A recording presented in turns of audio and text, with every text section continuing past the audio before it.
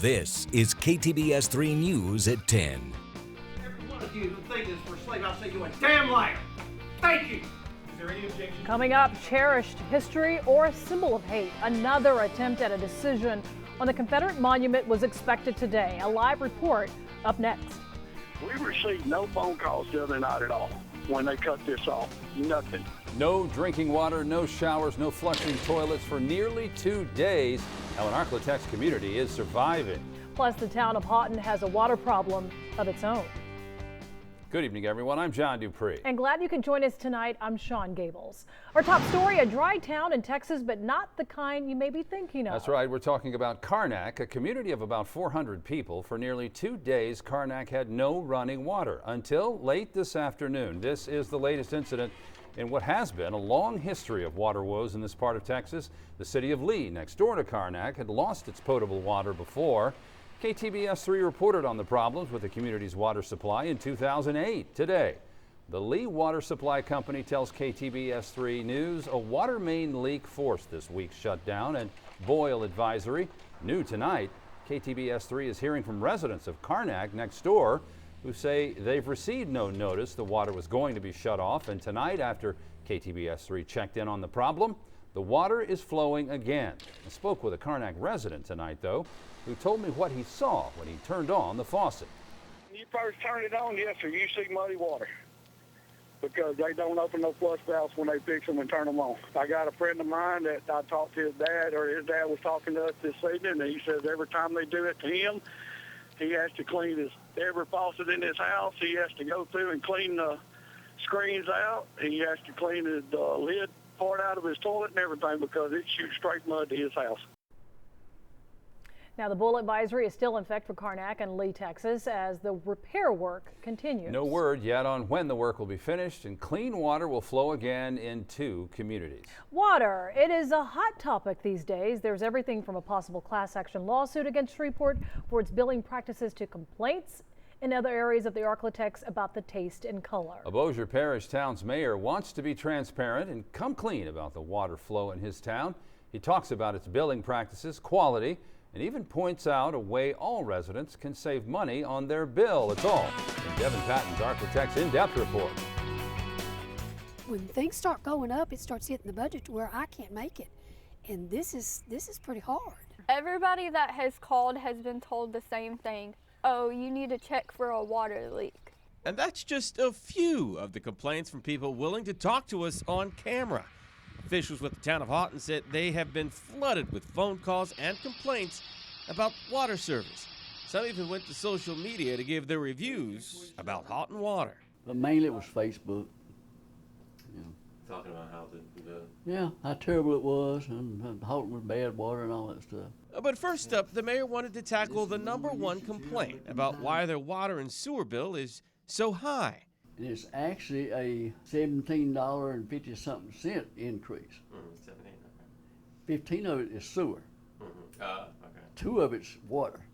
He says the town is in the middle of paying for a total repiping of their entire water and sewer lines at a cost of about $10 million. And some of our sewer systems and lines are so old, they're over 30 years old, they can't handle the capacity that this is going to bring to the town. You can blame the growth of the town for the increase in price because the mayor says Houghton has outgrown its sewer plant, which is another thing that needs to be upgraded way too fast. Use a little bit over the minimum. If you use the minimum water, which is 2,000 gallons, your bill's going to be about $65 for water, sewer, and sanitation, and $1 to John Bell Edwards. For most residents, if you hit the 2,000 gallon mark and then use 1 more gallon on top of that, your bill goes up about an extra $9. It can go up even more if for some reason you go over the 15,000 gallon mark. The increases just started this year, which might explain why some people's bills just don't seem right. There's just no way, okay, because mine should be like 48 and 52 if it's late. Okay, it's $81. That's crazy. But here's something that most people might not think about when it comes to their water and sewer bill. About the fact that if you fill up a swimming pool or if you got a sprinkler just watering your grass, that if you you check your meter, write down the number, you guys can take that off because that's not going to the sewer. That's right. In other words, any water that you use that is not going down the drain into the town's sewer system, the city can knock some money off of your bill. Yeah. Anytime you're going to use a lot of water that's not going through the sewer, we can help you on the sewer rate. We can't the water. Right, the sewer. But the sewer, we can help you there. Now back to that brownish orange water that some people were getting earlier in the year. The mayor says it came out of a well, dirty looking, but it was still safe to drink. Is it fine? It's fine. Fine. Tastes like the water at my house. The town still turned that well off to try and find out the cause of the discoloration. It's been shut down for about 2 months, but the town is desperate to get it back on. We have been searching for a cure. Our lab people, our engineers, Louisiana Rural Water Development people, we all work on this together, and they have supposedly come up with an agent we can mix with it. Town leaders want the well turned on before school starts in August to make sure it can handle the supply and demand. And for those who doubt the quality of the water, Hicks showed us a report from the Louisiana Department of Health and Hospitals that verifies the water is safe, even though there are some issues at the plant that need attention. And basically this is saying that your water operations are A-okay. Nothing wrong. Nothing. A little hole in the fence and grass growing up one of the fences and 2 gate valves needed wire brush and paint. The Houghton mayor stresses the fact that if you think there's a problem with your bill, take it to the office and they will take a detailed look at your water usage and help you figure out what the problem is. Mayor Hicks says this town is growing so fast he may have to turn down construction companies who are constantly asking to develop land in Houghton to build homes and commercial property because the town would have a tough time trying to keep up on infrastructure demands, mainly the water and sewer supply. The people who live in one of Shreveport's historic districts are saying SWEPCO crews are going too far, and homeowners are afraid they'll lose the trees that distinguish their neighborhood. They're talking about the tree trimming that has begun here. SWEPCO is clearing overgrowth to protect power lines from swaying or broken limbs during storms. Homeowners say they're watching crews chop off sometimes half of some of these picturesque trees. They say they're worried about the health of the trees and their property values. They're taking their case to the Louisiana Public Service Commission, which regulates SWEPCO.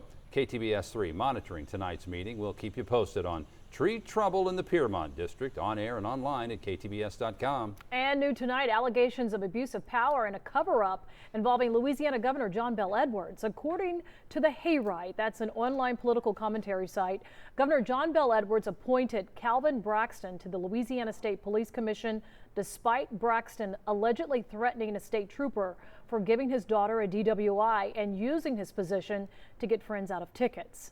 The commission is a body that oversees the conduct of state police and hears appeals for officers' disciplinary action. In July of last year, the State Troopers Association sent Governor Edwards a full report detailing Braxton's threats, requesting charges against Braxton and his termination. Governor Edwards responded today saying, quote, he will review the information and determine the next steps.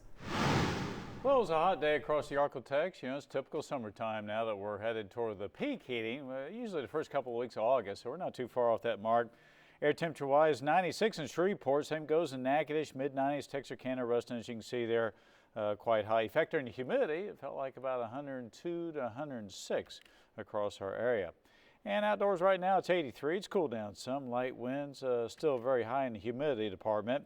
Got a few isolated showers still ongoing, but the rain chance is starting to go down for the remainder of tonight. It wasn't very high today anyway. Not many people saw the rain. Same goes for tomorrow. We'll be up to about 96 and slim possibility of rain. Probably the best odds will be from I-20 down toward Toledo Bend.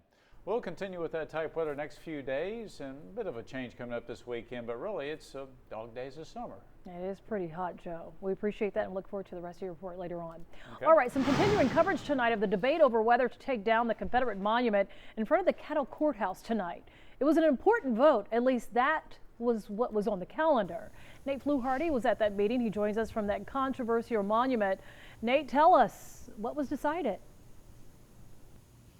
Well, Sean, you're right. It has been the controversial point for the past couple of weeks here in downtown Shreveport, months, I should say. But the Confederate monument you see behind me here at the Caddo Courthouse, well, we're learning it will stay put until at least August.